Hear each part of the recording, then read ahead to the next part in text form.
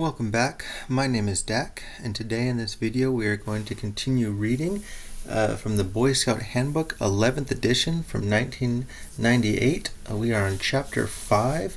This is going to be about First Class Scout. So this is the last of what I would consider the junior parts, the easy ones, the ones that you do within the first year. Alright, so let's get started. First Class Scout. First Class Scout, ready for lots more hiking and camping? Want to cook outdoors, practice first aid, identify native plants, and lash together rustic structures? All of that and more awaits you on the trail to first class. Becoming a first class scout also prepares you to be more of a leader in your patrol, your troop, and your community. People expect more of you, and you will expect more of yourself. More time in the outdoors, more responsibilities, more knowledge of scouting skills. That's what becoming a first class scout is all about. A good place to begin is by getting out a map and compass and increasing your knowledge of how to find your way. The first class badge joins together the tenderfoot and the second class badges. When you have earned the right to wear it, you will have completed the training you need to take part in most of scouting activities and adventures. Alright, let's get into it. Again, here's all the first class rank requirements. Again, very cool, very checklist oriented, very straightforward. First class rank requirements. 1. Demonstrate how to find directions during the day and at night without using a compass. 2. Using a compass, complete an orienting course that covers at least 1 mile and requires measuring the height and or width of designated items, tree, tower, canyon, ditch, etc. 3. Since joining, have participated in 10 separate troop/patrol activities other than troop and patrol meetings, 3 of which include camping overnight. 4A. Help plan a patrol menu for 1 campout, including 1 breakfast, lunch, and dinner that requires cooking. Tell how the menu includes the 4 basic food groups and meets nutritional needs. 4B. Using the menu planned in requirement 4A, make a list showing the cost and food amounts needed to feed 3 or more boys and secure the ingredients. 4C. Tell which pans, utensils, and other gear will be needed to cook and serve these meals. 4. Explain the procedures to follow in the safe handling and storage of fresh meats, dairy products, eggs, vegetables, and other perishable food products. Tell how to properly dispose of camp garbage, cans, plastic containers, and other rubbish. 4E. On 1 campout, serve as your patrol's cook. Supervise your assistants in using a stove or building a cooking fire. Prepare the breakfast, lunch, and dinner planned in requirement 4A. Lead your patrol in saying grace at the meals and supervise cleanup. 5. Visit and discuss with a selected individual approved by your leader, elected official, judge, attorney, civil servant, principal, teacher, your constitutional rights and obligations as a U.S. citizen. 6. Identify or show evidence of at least 10 kinds of native plants found in your community. 7A. Discuss when you should and should not use lashings. 7B. Demonstrate tying the timber hitch and clove hitch and their use in square, shear, and diagonal lashings by joining 2 or more poles or staves together. 7C. Use lashing to make a useful camp gadget. 8A. Demonstrate tying the bowline knot and describe several ways it can be used. 8B. Demonstrate bandages for a sprained ankle and for injuries on the head, the upper arm, and the collarbone. 8C. Show how to transport by yourself and with one other person, a person from a smoke-filled room with a sprained ankle for at least 25 yards. 8D. Tell the 5 most common signs of a heart attack. Explain the steps, procedures in cardiopulmonary resuscitation, CPR. 9A. Tell what precautions must be taken for a safe trip afloat. 9B. Successfully complete the BSA swimmer test. 9C. Demonstrate survival skills by leaping into deep water wearing clothes, shoes, socks, swim trunks, long pants, belt, and long sleeve shirt. Remove shoes and socks, inflate the shirt, and show that you can float using the shirt for support. Remove and inflate the pants for support. Swim 50 feet using the inflated pants for support, then show how to re-inflate the pants while using them for support. 9D.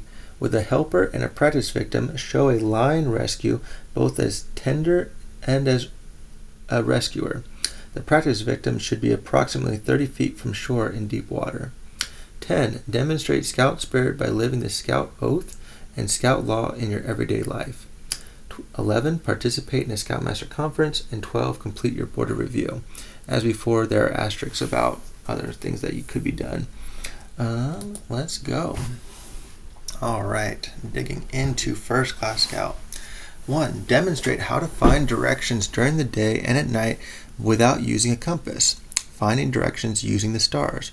For thousands of years, people have imagined that they could see groups of stars forming the shapes of warriors, animals, maidens, and monsters. Many of the names they gave these constellations are still with us today. You can use a star chart, a map of the heavens, to find them in the night sky. With the stars to guide them, sailors of old crossed the seas and travelers made their way to distant lands. You can use the stars to find directions at night too. Here's how. Now again, as a side note, I think most youth today have to go out of their way to find the stars. Most of the ones that I know live in the suburbs or the city, and it's like they don't see the stars. They have to actually go out into a place where there's not enough light pollution to block it out. North Star Method. Ursa Major is the ancient name for a constellation known as the Great Bear. It contains the stars that form the Big Dipper. 4 bright stars form the Dipper's bowl, and 3 stars make up the handle. Look closely and you might see that the middle star is the Big Dipper's handle is really 2 stars, Mizar and Alcor.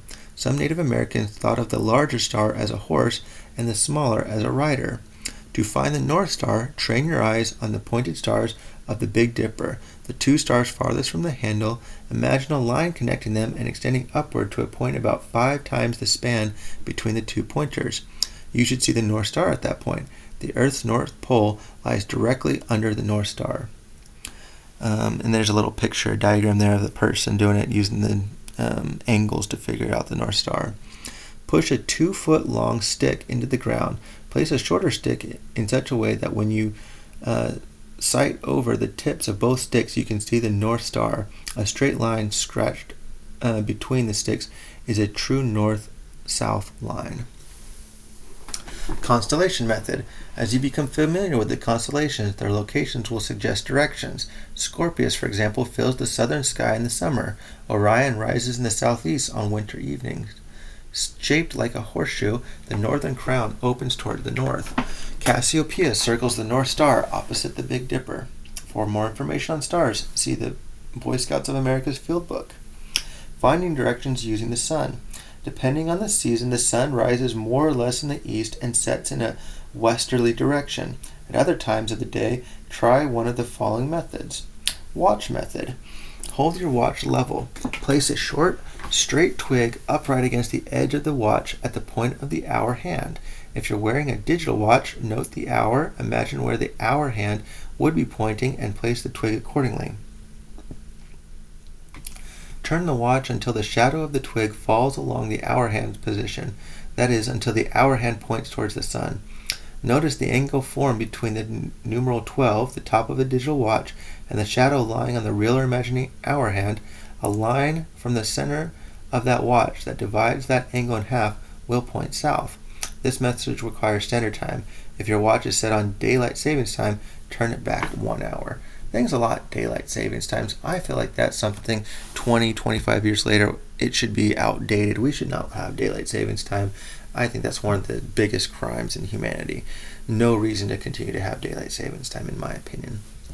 Shadow stick method. Push a short, straight stick into the ground. Angle it toward the sun so that the stick makes no shadow. Then wait until it casts a shadow at least 6 inches long. The shadow will be pointing east from the stick. A line at right angles across the south will be north-south. Equal length shadow method. In the morning, push a straight 3-foot long stick upright into the ground. Tie a string around the base of the stick with a bowline. Then extend the string to the end of the stick's shadow. Tie a peg to the string at that point and use it to scratch a circle on the ground around the stick. Push the peg into the ground where the tip of the stick's shadow touches the circle. In the afternoon, place another peg where the tip of the shadow again touches the circle. A straight line drawn between the pegs is a west-east line, with west as the morning peg. A line drawn at the right angles across the southeast line will be north-south. Finding directions using the moon. The moon comes up in the east and goes down in the west, as does the sun. The shadow stick method, described for use with the sun, will work just as well on nights where the moon is bright enough to cast a shadow. When you are acting as scout to find the way for a party, you should move ahead of them and fix your whole attention on what you are doing, because you have to go by the very smallest signs, and if you get talking and thinking of other things, you are very apt to miss them. Baden-Powell, Scouting for Boys, 1917. Okay. Using a compass, complete an orienteering course. So this is requirement 2. Using a compass, complete an orienteering course that covers at least 1 mile and requires measuring the height and or width of designated items, tree, tower, canyon, ditch, etc. Compass game. The second class scout chapter explains the basic map reading and compass use. Try the following challenge to refresh your memory and test your skill as you prepare for the first class orienting requirements. Push a stick into the ground beside your foot. Turn the housing on your compass to any bearing, 15 degrees for example. Orient the compass and sight along the direction of travel arrow to a landmark. Walk 50 steps towards it. Add 120 degrees to your first bearing and sight your compass again. In this example, 120 degrees plus 15 degrees equals 135 degrees. Take a second bearing and walk 50 steps on the new heading. 3. Finally, add 120 degrees to the second compass setting. 120 degrees plus 135 degrees equals 255 degrees, and adjust the compass housing. Take a final bearing and walk 50 steps. If your bearings have been accurate and your steps all the same length, you should be standing near the stick where you started. What is an orienteering course? Some troops have special orienteering courses set up for patrols to practice and enjoy map and compass skills. Many scouts also sharpen their orienteering skills in open country, using their maps and compasses to reach destinations chosen by troop leaders. Whether going cross-country or traveling over a frequently used area, an orienteering course can offer you the following challenges. 1. You will be given a map with 5 or 6 points marked on it. Figure out the compass bearings you will follow to go from one point to the other. 2. Upon reaching a point marked on the map, you might find a marker, a brightly colored card hanging from a branch, for example, or a landmark, a road intersection, a stream, a hilltop, etc. 3. After making a note of the landmark or signing the card to prove you were there, you'll set out on a new compass bearing northward, the next destination on the course. Orienteering can be an exciting sport for everyone in a patrol or troop. Teams of scouts can go together to complete the course quickly and accurately, combining map and compass ability with route finding, observation, and physical fitness. Man, I think they really love the idea of a compass and going orienteering. Was not a big thing. I did not remember a lot of young men really enjoying it, and I don't think a lot of young men enjoy it now. But it was a thing. I mean, again, probably go back further, 50s, 60s, 70s, it was probably a bigger deal. Using your orienting skills on scout adventures. In addition to the fun you can have, knowing how to use a map and compass will make your outdoor adventures better. An orienteering hike might call for a topography map like the one on this page. Let's say you want to hike from Log Chapel to the road intersection at 179. Study the map and figure out your route before you begin hiking. Here are some possibilities. Stay on quiet roads to Meadow Knoll Cemetery, then turn north to intersection 179. You could avoid most of the roads if you walk south of the chapel until you reach a stream, then turn left and follow the stream bank in an easterly direction. From the point where it spills into a second stream, you might be able to see your destination. If not, place your compass on your map, determine the correct bearing to reach intersection 179, then let the compass lead you the rest of the way. Another route would take you over the tops of the hills in the center of the map. To stay on course, you might need to take compass bearings from your starting point to the top of the first hill, and then from one summit to the next. For a beeline hike, use the map and compass to figure out the bearing for a straight line from Log Chapel to intersection 179. Follow that bearing as certainly as you can and see how close you come to your goal. Want to figure out how far your skills will hike? Try this method. 1. Put one end of a piece of string on the map at your starting point, in this case log chapel. 2. Lay out the string so that it rests on top of your entire route. Pinch the string where it branches your destination, intersection 179, and pick it up. Stretch the string on the bar scale on the bottom of the map and measure it up to the point where you are pinching it. That's the length of your hike. Man, that's really going out there. Measuring distances. Your walking stride is a good tool for estimating distances. Learn the length of your step this way. Using a tape measure, mark a 100-foot course on the ground. Walk at a normal pace from one end of the course to the other, counting your steps as you go. Divide the total number of your steps into 100 and you'll know the length of one step. For example, if you use 50 steps to go 100 feet, your step length is 2 feet. If it took you 40 steps, figure 2.5 feet per step. And if 33 steps got you close, your stride is about a yard per step. Because you are growing, recheck the length of your step every 6 months or so. Yeah, right. I don't know any kid that was like, oh, my stride is X number of feet, and I'm going to 6 months later check again. Some scouts find it easier to measure distances by counting every step along the way. Others have better luck counting each time their right foot touches the ground. That's called a pace. Measuring heights. Here are some simple ways to measure a tree's height or to estimate the elevations of towers, waterfalls, cliffs, and walls.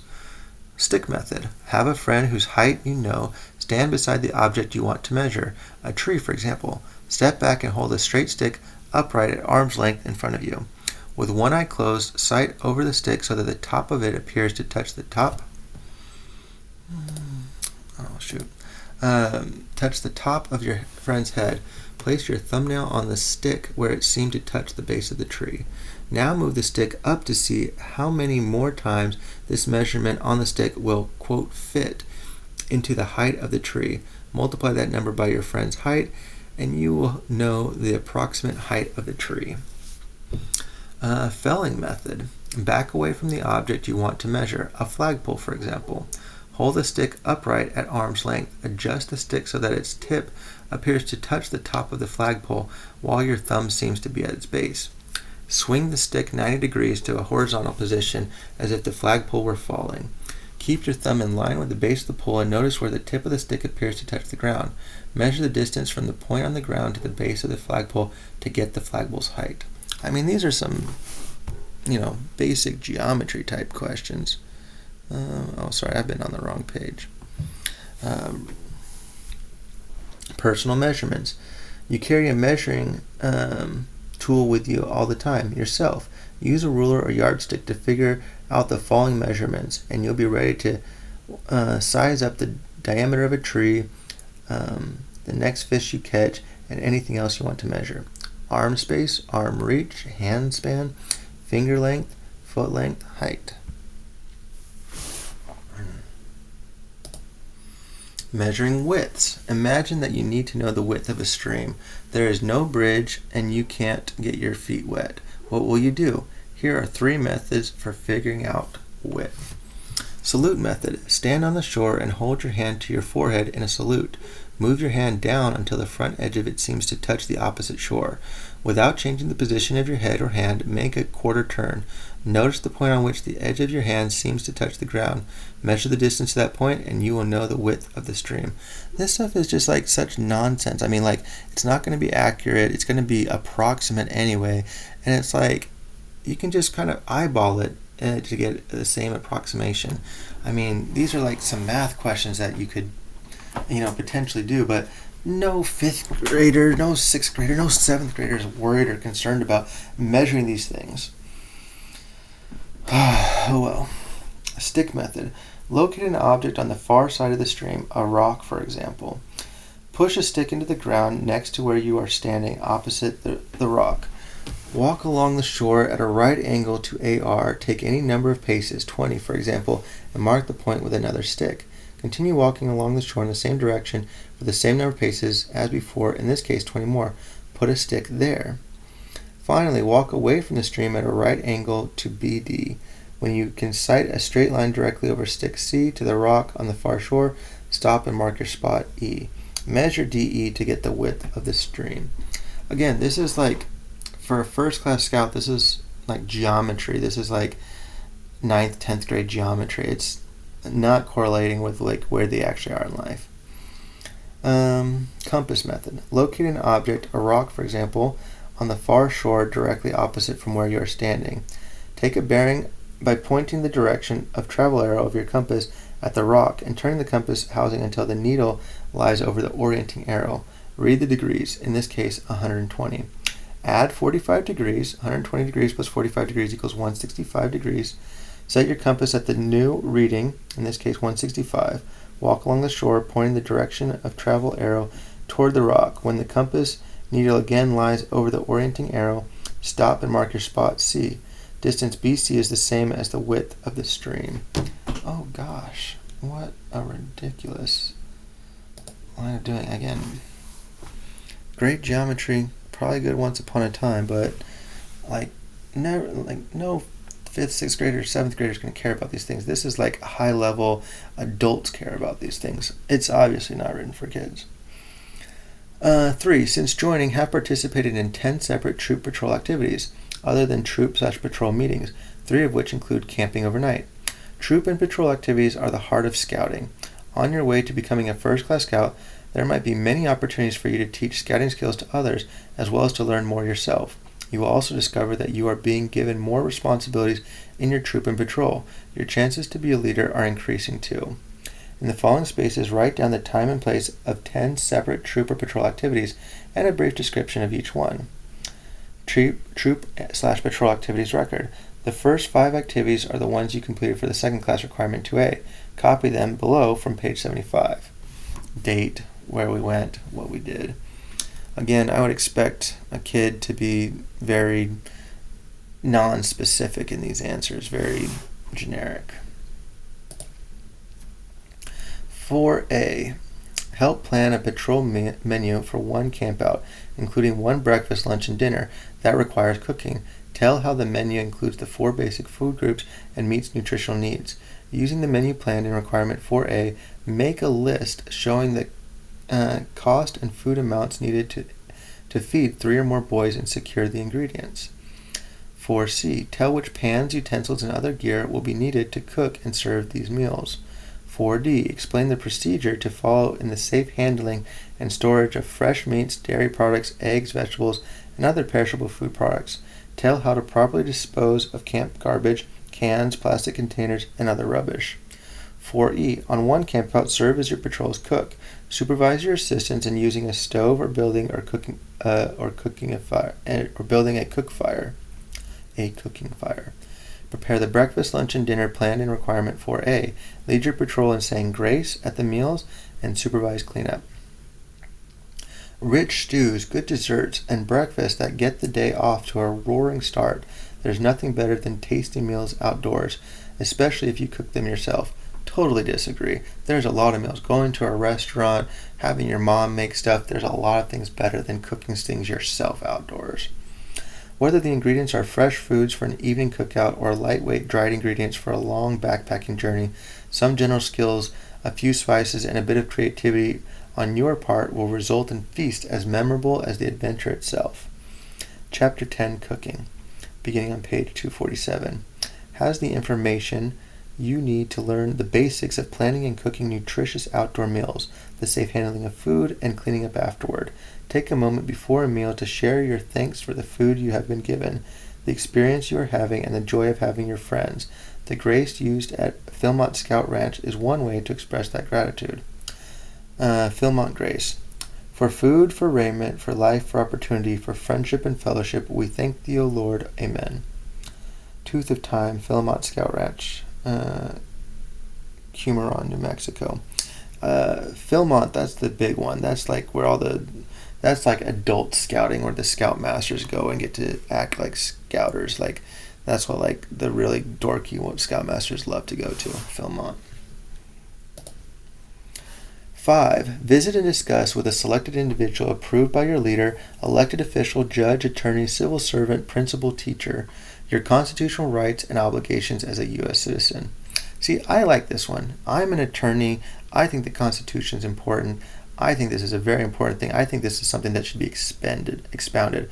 This, I think, a whole section about like, what do you do at a traffic stop? What are your rights when a police officer is questioning you? To me, those are like more important and more germane to life, because I think more young men are going to get pulled over for a traffic stop than are ever going to be out measuring the width of a creek and stuff like that. But regardless, much of scouting prepares you to explore the outdoors and understand the natural world all around you. Just as important, though, is getting to know your own community. Who does what, how people must cooperate to improve their neighborhoods, and what you can do to help make things go. Many individuals are dedicated to public service. Visiting with them can help you understand the challenges and rewards of their work. You might also discover some of the many ways that you can be of service to your neighborhood and your community. For more on your rights and responsibilities as a citizen, see Chapter 12, Citizenship, beginning on page 331. A visit with a community leader. In the spaces below, write a brief summary of your discussion with an elected official, judge, attorney, civil servant, principal, teacher, or other community leader. Date, person's name and occupation, what you learned about your constitutional rights and obligations. I mean, honestly, what are your constitutional rights? I mean, like freedom of speech, freedom of assembly, freedom of press, freedom of religion, freedom from unwarranted search and seizures. I mean, those are all important rights. Obligations, and also Amendment 2, the right to bear arms. Super important constitutional rights that people should know. Your obligations, things like jury duty, things like voting, things like taxes, some of your responsibilities and your obligations. 6, identify or show evidence of at least 10 kinds of native plants found in your community. This is something that I barely passed off. If I ever did it, I just followed along and, parroted back whatever somebody told me in the moment. I couldn't identify 10 plants right now if my life depended on it. From grasses pushing through cracks in a city street to ancient forests covering the sides of a mountain, vegetation is a vital part of our world. Plants purify the air and pump oxygen into the atmosphere. Roots keep soil from washing away, and leaves on branches on the ground slow the rain so that it can seep into the earth. Fallen trees, grasses, and leaves enrich the soil as they decay. Vegetation provides shelter and food for wildlife. Even a dead tree can be important to animals as a roosting site, a place to build nests, and a source of nutrition. Plants are used in many ways by people too. Fields feed us and forests give us lumber to use in our buildings. Paper, rubber, many medicines, and thousands of other products are possible only because of plants. Shaded yards and city parks offer us places close to home where we can relax and play. Forests and wilderness areas provide us varied and challenging settings for hiking, camping, and exploring nature. Different sorts of trees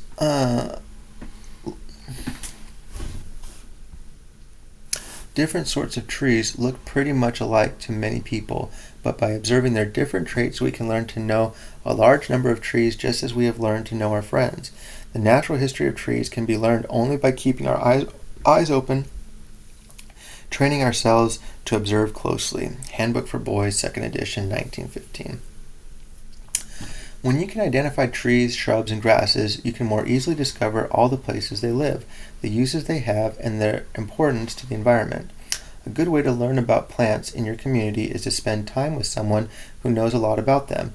Your troop leader might be acquainted with gardeners, botanists, or other plant experts who enjoy sharing their knowledge with groups of scouts. They can show you how to recognize the shapes and sizes of different plants, the outlines of their leaves, and other clues that can lead to an identification. You can also identify plants by using books called field guides. Your local and school libraries might have copies, as might your troop. Many field guides include information about the roles plants play in their surroundings. Today, it'd be your smartphone. Most kids will just pull out their smartphone and Google whatever plant they're trying to look at. Photosynthesis. The green pigment chlorophyll in leaves draws power from sunlight to convert carbon dioxide from the air into nutrients for the tree. This process, called photosynthesis, returns oxygen to the atmosphere. It is an important way that the air we breathe is cleaned and refreshed. Why leaves change color and fall to the ground. Each autumn, the leaves of many broad-leaved trees turn red, orange, yellow, and brown. Those colors were in the leaves all summer, but were hidden beneath the green of the chlorophyll. With the approach of colder weather and fewer hours of daylight, a tree's food production drops, and so does the amount of chlorophyll in the leaves. The green fades and other colors show through. Next, a layer of cells in the stem cuts the tissues that hold the leaf on its branch, and it falls to the ground. There it decomposes, releasing nutrients into the soil so that they can be used again.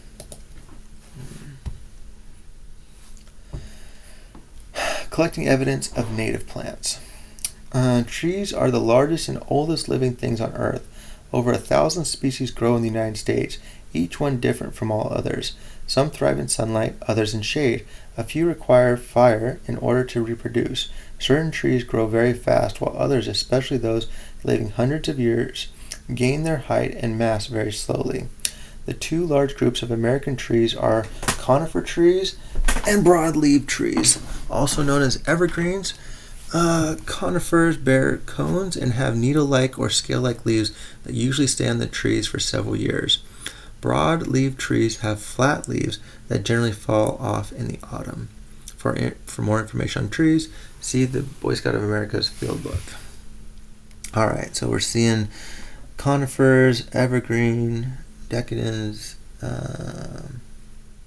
opposite, broadleaves, alternate. Okay. Softwoods and hardwoods.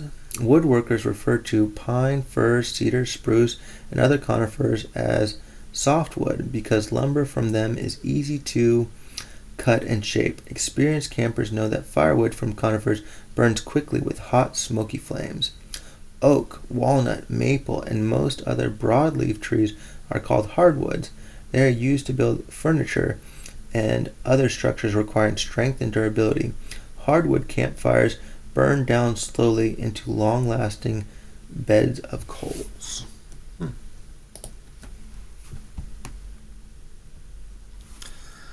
As you learn to identify trees and other native plants, you can gather evidence of them to help you remember their characteristics. Two forms of evidence are pressed leaves and leaf ink prints. Oh, I remember doing these things. Oh, gosh. Pressing leaves. When you have leaves you would like to preserve, why in the world would you ever preserve leaves? Put each one between two sheets of paper, lay the sheets on a broad or other flat surface, and then place heavy books or some other flat weight on top. Give the leaves several days to flatten and dry.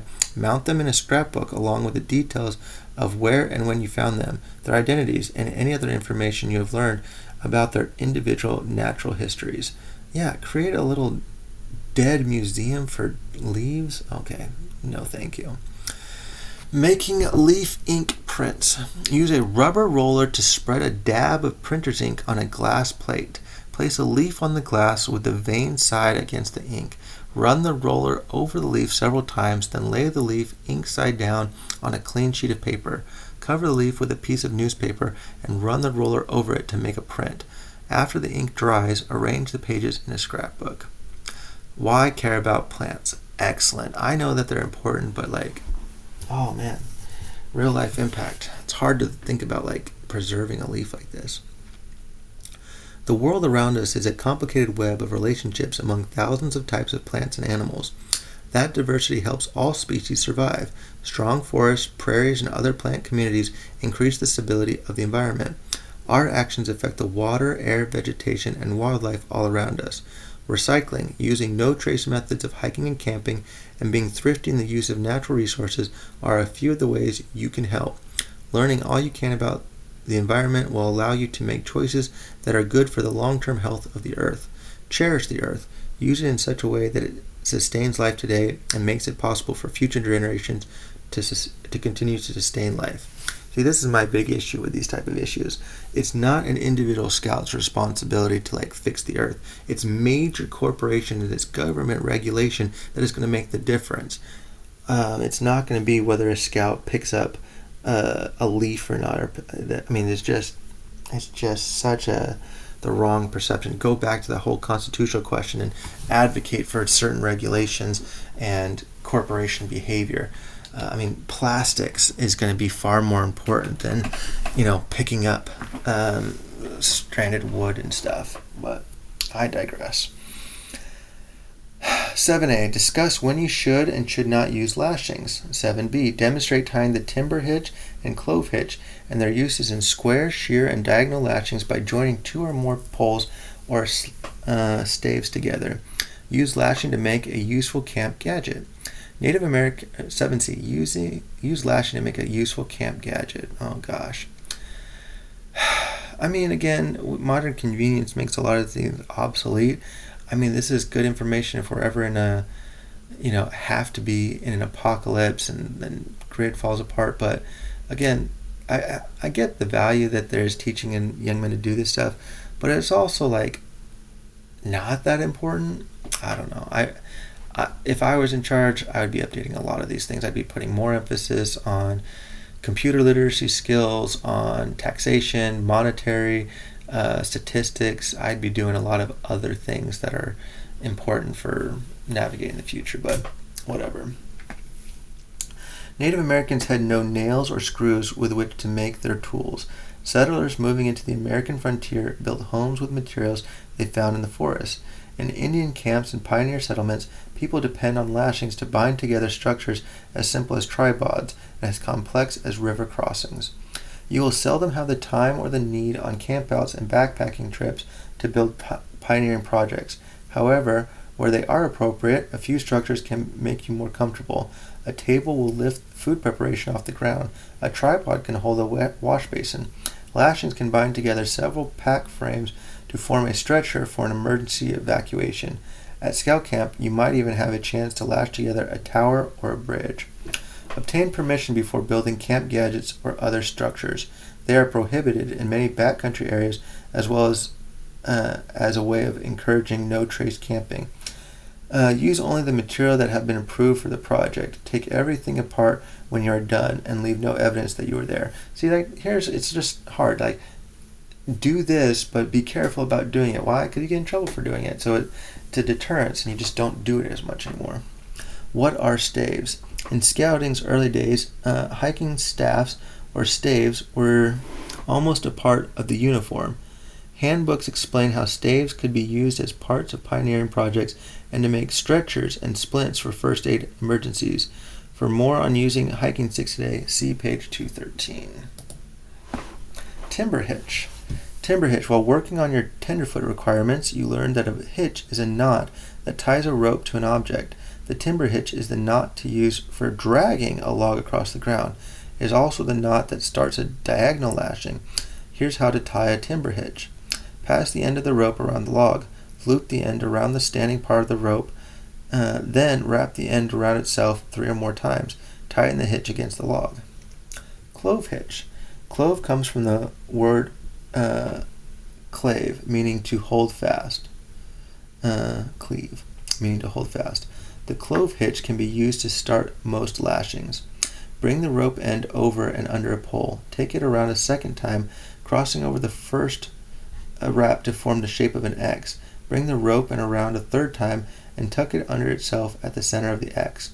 Pull the end of the rope to tighten the hitch. An alternative way of tying a clove hitch makes it easy to lay the knot over the end of a pole. It is also a good knot for attaching a rope or cord to your bear bag, a bag of food hung from a tree out of the reach of animals. Make a loop near the end of the rope. Make an identical loop next to the first.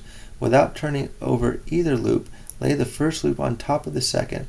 Place the pair of loops over the end of a pole or over the neck of the bear bag and tighten. For more on bear bags, see page 263.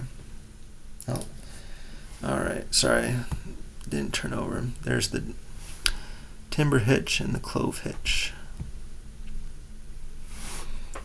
Increasing the ability of a structure by including triangles in its design. A trestle, an X trestle, and an H trestle. Square lashing. This one I used a lot. Square lashing. Use a square lashing for binding together two poles that are at right angles or square with one another. Place the poles in position. Tie a clove hitch around the bottom pole near the crosspiece. Make 3 tight wraps around both poles. As you form the wraps, lay the rope on the outside of each previous turn around the top pole.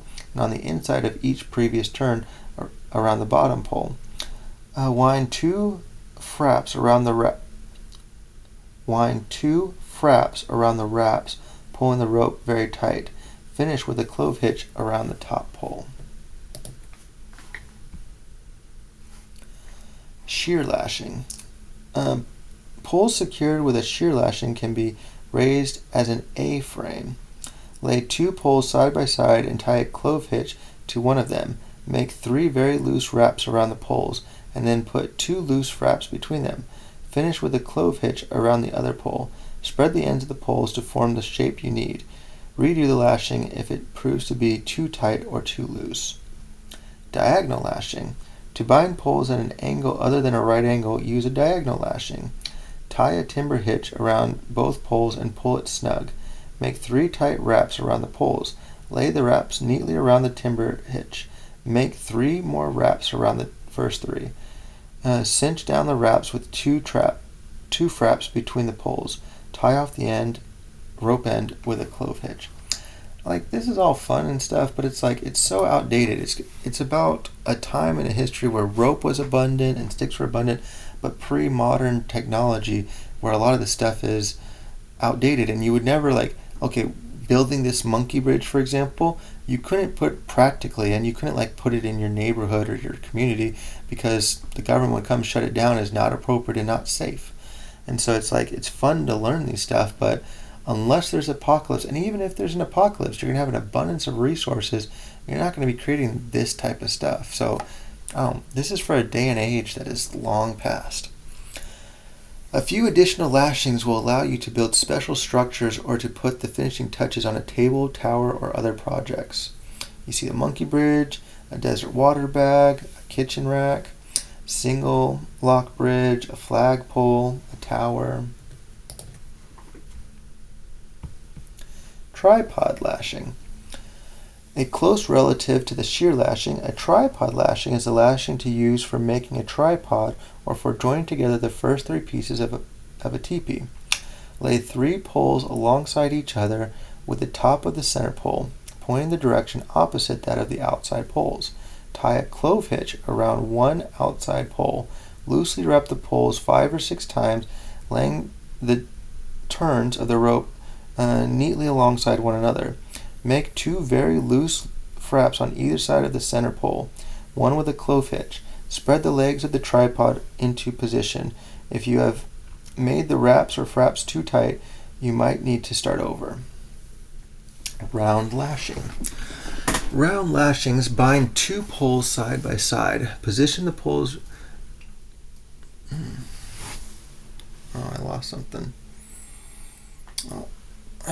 Let's take a pause for a second. I know it's on your screen, but my other screen where I was reading from disappeared on me.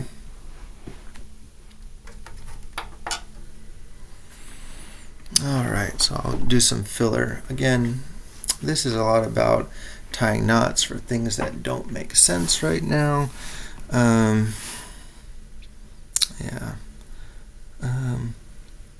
I mean, teepees, that's a good example. I mean, we have modern day tents, and teepees, were old school if you needed to have a structure, but that is not ever going to be a structure you're actually going to build unless it is for fun, unless it is for something that you are doing on your own. But that is what I was taught, though. When I was a young man, that was all the rage. This stuff. I felt like it was trying to prepare us for the past. That's one of the lessons that I would take away from everything that we're doing here when talking to young men. Teach them principles, teach them ideas, but don't teach them the specifics of like what would have helped in your past, because they're going to be dealing with other issues. They need to learn things like honesty and good attitude and all the Scout Oath and Log. Those things are universally applicable all the time. However, they're not like this stuff, this knot tying stuff, not as applicable in modern usage. All right. Let's see. Round lashing. Okay. Floor lashing, bowline knot. Let's start with the bowline knot. Why not? Make a small overhand loop in the standing part of a rope. Bring the rope end up through the loop, around behind the standing part, and back down into the loop. Tighten the bowline by pulling the standing part away from the loop. Floor lashing. The floor lashing will secure the top of a table, the deck of a raft, the floor of a signal tower, or the walkway of a bridge. Lay the poles side by side on top of the stringers, the logs or poles on which your platform will rest. Tie a clove hitch around one stringer. Bend the standing part of the rope over the first pole. Pull a loop of rope under the stringer and cast it over the second pole. You might need to lift the end of the pole in order to get the loop over it. Pull the rope tight and then bend it over the third loop. Continue until all the poles are bound to the stringer. Finish with a clove hitch, then repeat the procedure to lash the other ends of the poles to this other stringer. Oh gosh. I mean, there was a part of summer camp where it's like you go learn this stuff, and it's fun, but it's a very isolated thing to do in life. You never really see it outside of a Boy Scout camp. Scale models of pioneering projects. With straight sticks and strong string, you can lash together models of any rustic structure. Use a pocket knife to cut sticks the rigid length. A signal tower might be only 2 feet high. A bridge might have a span of just 12 inches. Make your models as authentic as you can, using the correct knots and lashings. If you ever have a chance to build the real thing, you will know just what to do. Again, when are you going to have the ability to build a bridge like this? For more on knots, lashings, and pioneer projects, see the Pioneering Merit Badge pamphlet. Okay. 8A, demonstrate tying the bowline knot and describe several ways it can be used. The bowline is among the most useful of knots because it forms a loop that will not slip and is easy to untie. Use it to attach to a cord, to a pack frame, to tie a rope through the grommet of a tent,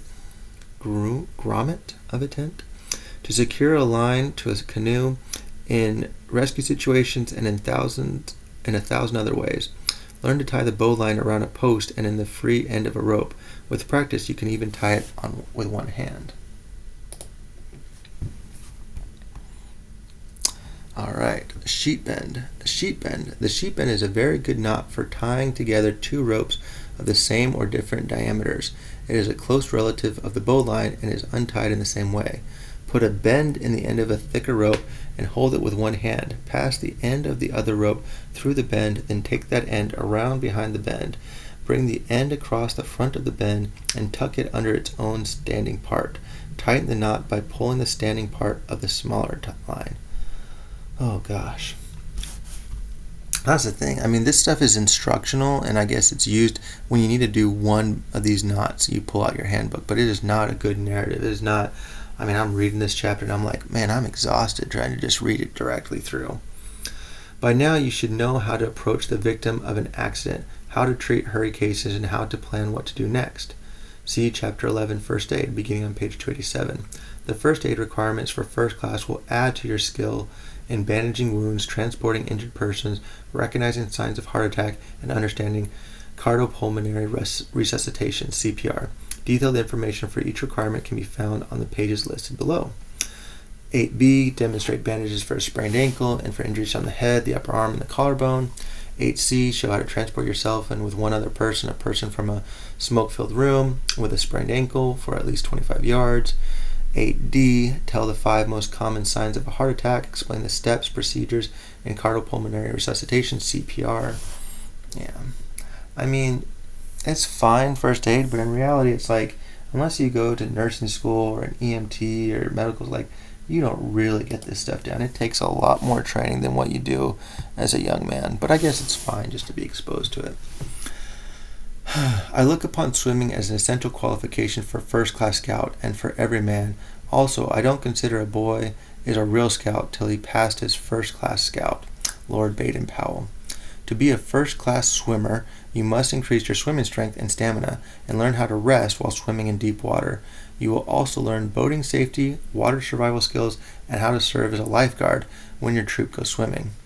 9A. Tell what precautions must be taken for a safe trip afloat. Some of scouting's most exciting activities happen on the water. Rowing, canoeing, sailing, sailboating, motorboating, water skiing, rafting, kayaking, and surfboarding can be highlights of many adventures. Safety take part Safely take part in them by following the BSA Safety Afloat guidelines. Is this not the same? This is more or less the same as before. I don't want to read it. I mean, qualified supervision, physical fitness, swimming ability, personal flotation equipment, buddy system, skill proficiency, planning equipment. I mean, wear your life jacket and make sure your boat works. But it's like, I don't know. I personally think life jackets are a hindrance. I don't think you need one, especially if you're a strong swimmer. I'm sure there are stories. I'm sure there are reasons. I always found I was a lifeguard at a Boy Scout camp.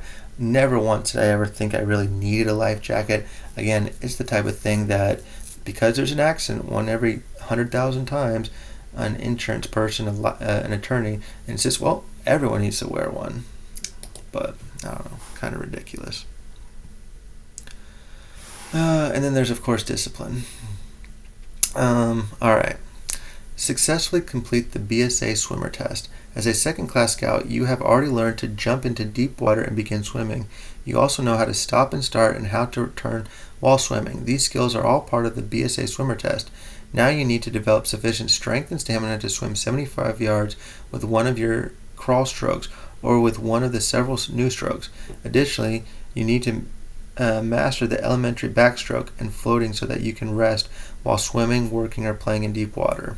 This is something that bothered me about Boy Scout camp. Like, the young men, they show up on like a Monday morning and they get checked in, and the first thing you do is go do your swimmer test.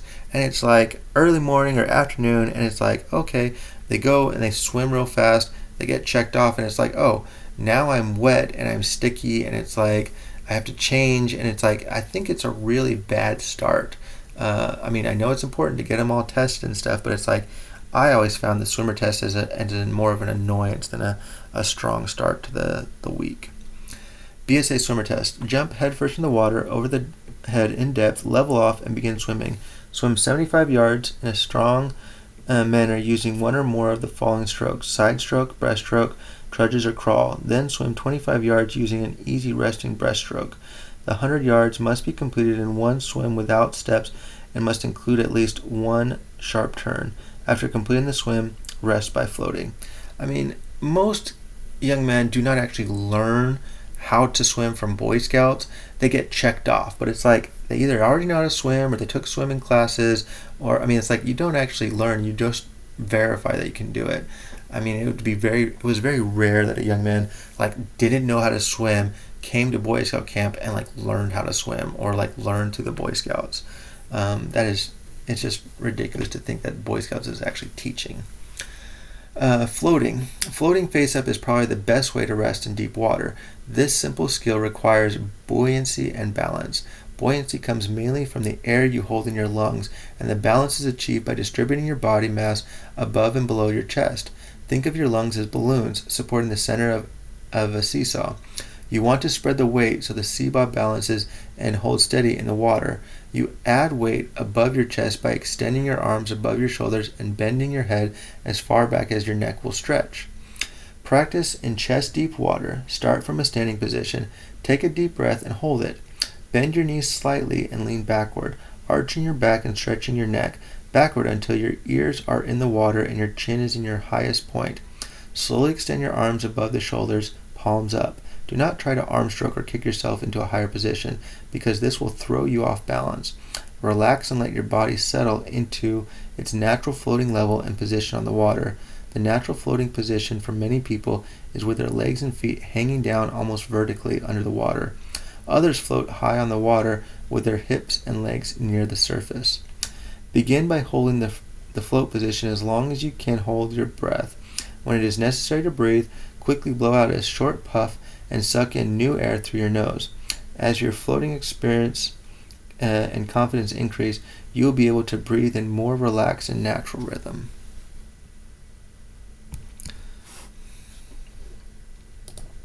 I know, like, the thing is, the book is going to the least common denominator, like people that don't know anything and need it explained from the bare basics. But I mean, like, you tell most kids float, and a lot of them do. They just breathe in it they just do it naturally, but the explanation is for, everybody. Is for the one that doesn't understand anything.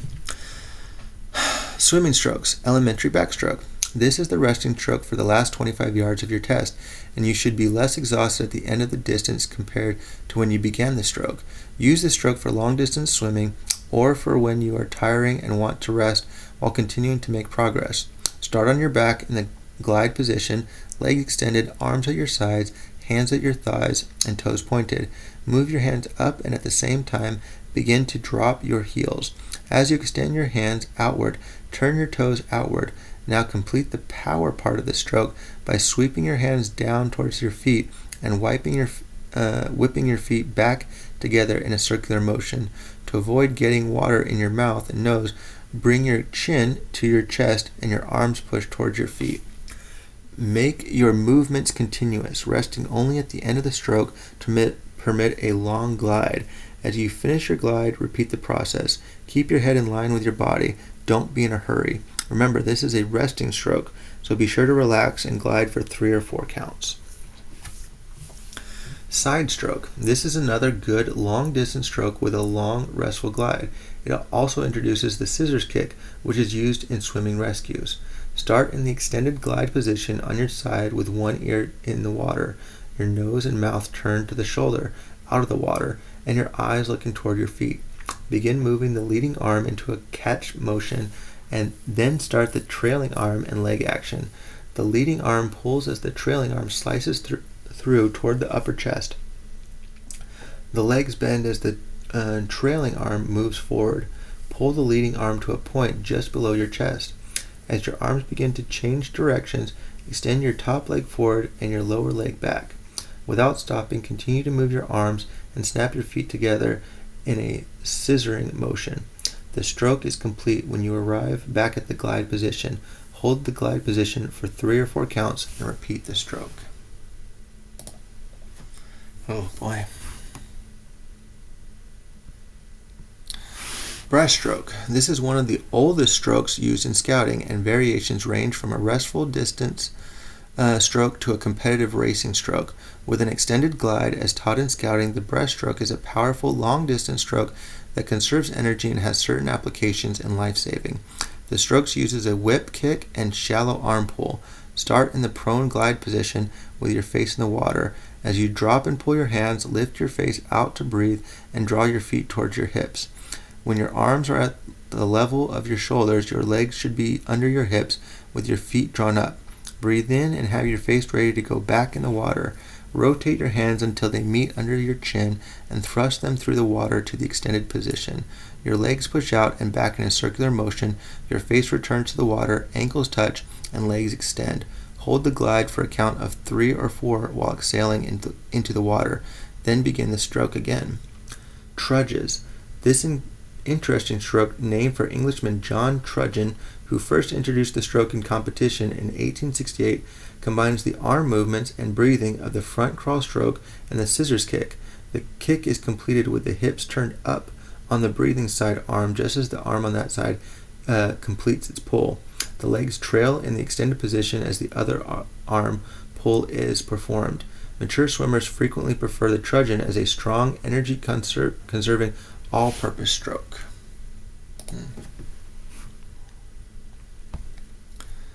Ooh, gosh. Okay, I'm getting exhausted here, but we're going to power through. 9C. Demonstrate survival skills by leaping into deep water, wearing clothes, shoes, socks, swim trunks, long pants, belt, and long sleeve shirt. Remove shoes and socks, inflate the shirt, and show that you can float using the shirt for support. Remove and inflate the pants for support. Swim 50 feet using the inflated pants for support, then show how to reinflate the pants while using them for support. If you ever fall into deep water far from shore, inflating your shirt and pants are survival skills that can help you afloat until you are rescued or can make your way to safety. Again, I would ask, what are the statistics? How many people actually ever find themselves in this situation? Far more people are in car accidents, far more people die of obesity, far more people have far worse accidents than, being out in long distance water, but whatever. Perhaps even more importantly, fulfilling this requirement will involve maintaining yourself in deep water for several minutes while you complete a manual task. While you will have to develop your scissors kick or rotor for treading water. Learn to rest by floating occasionally, and learn to relax in a face-down float while you tie a square knot and prepare the clothing for inflation. Shirt inflation, shirt flotation. If you fall into the water wearing a button-up shirt made of cotton or other tightly woven fabric, you can stay afloat by trapping air in the shirt's back and shoulders. Button the top collar button. Open a space between the shirt's second and third buttons. Roll forward so that your mouth is below the opening and then blow into it. Hold the collar tight and keep your elbows down to prevent air leakage. Pants of closely woven fabric can be turned into an effective life jacket. While wearing the inflated shirt, remove the pants carefully. Do not turn them inside out. Next, inflate a pocket with a puff of air. The pockets will support the pants should you lose contact. Now tie the pant legs together as near to the ends as you can. Pull the knot tight and close the fly. Splashing the air into the pants is the quickest and easiest means of inflation, but it might take some practice before you can do it well. Hold the waistband open just below the surface, cup your hands in the air, and strike the water just in front of the pants. Follow through so that the air pulled down by your hand enters the opening of the pants. You should move the air just below the surface and then sideways so that the air is bubbled upwards into the pants. The method will not work if you fail to lift your hand clear of the water or if you strike directly downward. If you have difficulty with this method, you can fill the pants by blowing into them from beneath. When the pants are inflated, grasp the waist with the fly toward you and place your head through the opening between the legs. Rest your head on the knot. Lie back and relax. If you have a belt, bunch the belt loops, run the belt around one of your legs, and refasten. Your hands are now free for signaling or slowly swimming a backstroke toward shore. Air will escape from your pants if you allow the material to dry. Splash water over them occasionally. When needed, air can be added simply by loosening the waist and splashing in air. The pants need not be removed. I would love to hear a story, someone that ever actually used this. I mean, if you're far away from shore, you either already have a life jacket. If you're on a flight, there's already flotation devices. I would love to hear someone that actually their life got saved by using the pants method, but whatever. 9D. With a helper and a practice victim, show a line rescue both as tender and as rescuer. The practice victim should be approximately 30 feet from shore in deep water. The fourth point of safe swim defense requires lifeguards on duty, and as a first-class scout, you will be prepared to serve in this role using the procedures specified in the full statement of the Safe Swim Defense Standards. This procedure requires 2 strong swimmers, one as a line tender and the other as a rescuer. It is a reaching rescue method. The line is taken out to the victim instead of being overthrown. The risks are minimal, even if the rescuer and victim become entangled, because the line tender will simply pull both in rapidly to safety. Be sure you prepare your line before you go on duty. Tie a bow line to make a large loop in the end of a 100-foot length of 1/4-inch line. Okay. Place the loop over the shoulder and under the opposite arm of the rescuer. Tie a small loop on the other end and make a slip noose to secure to the line tender's wrist. The line tender and rescuer guard the swim by standing together, watching the activity, ready to respond if any assistance is needed. In the event of an emergency, the rescuer leaps in and swims rapidly toward the victim while the tender stays on shore, where he feeds out the line, prevents it from becoming tangled, and keeps a sharp eye on the rescuer and the victim. The rescuer swims past the victim and then turns so the line is pulled within the victim's grasp. The rescuer then signals for the tender to pull them to shore. The tender must be well braced as he pulls them in hand over hand. An unconscious victim or injured person might not be able to hold on to the line. When that's the case, the rescuer can grasp the victim and hold his head out of the water while the line tender pulls them in.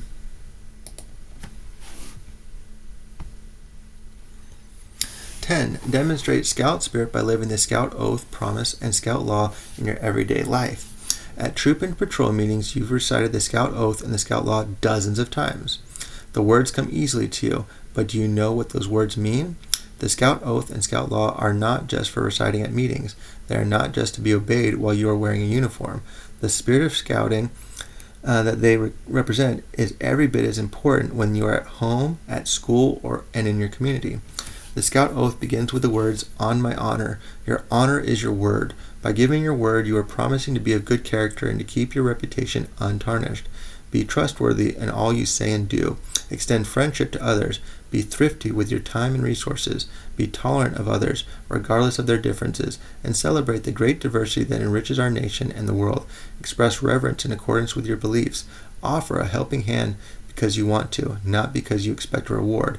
The standards set by the Scout Oath and Law are very high. Strive to reach them every day, and you will find that they become as natural for you to live by as they are for you to say. See, this part I agree with. That's one page right there, but it's like, and I know we read it earlier in Tenderfoot, but it's like, that's the stuff that is universal. That's the stuff that is like really important, much more than, rescuing and doing a breaststroke and all that stuff. Focusing on being kind and obedient and cheerful, those things, that's what I would focus on. Number 11, participate in a Scoutmaster Conference. By completing the first class requirements, you will have proven to yourself and others that you can meet the challenge of scouting. Your Scoutmaster will want to express his pride in all that you have accomplished and encourage you to give yourself a pat on the back for your achievements. He might also point out that some of the greatest opportunities of scouting lie ahead. You might soon find yourself taking on greater leadership role in your troop. Adult scouters will rely on you even more to help plan and carry out service projects, camping trips, and unit meetings. As a first-class scout, you'll be surprised to discover how much the younger scouts are looking up to you and how effectively you can teach them many of the scouting skills you have mastered. You can also set your sights on earning the Star and Life ranks, and perhaps even the Eagle Scout Award, the highest rank in scouting. 12. Complete the board of review. All right, so that's it for Chapter 5, First Class Scout. I mean, there was a lot of detail from the ropes to the orienteering to swimming. I mean, just a stock full of detail. Not very narrative friendly, but it's still good information. And by this point, once someone reached First Class Scout, they were well on their way. They knew what they were doing. This was most often accomplished within the first year of scouting, and usually you got a lot of these requirements knocked off at summer camp. That's it for me today. Please feel free to share your thoughts, comments. What did I get right? What did I get wrong? What did you remember from scouting? Share your thoughts. Don't forget to like and subscribe if you've made it this far in the video. I appreciate it. And we'll see you at the next one. All right, take care.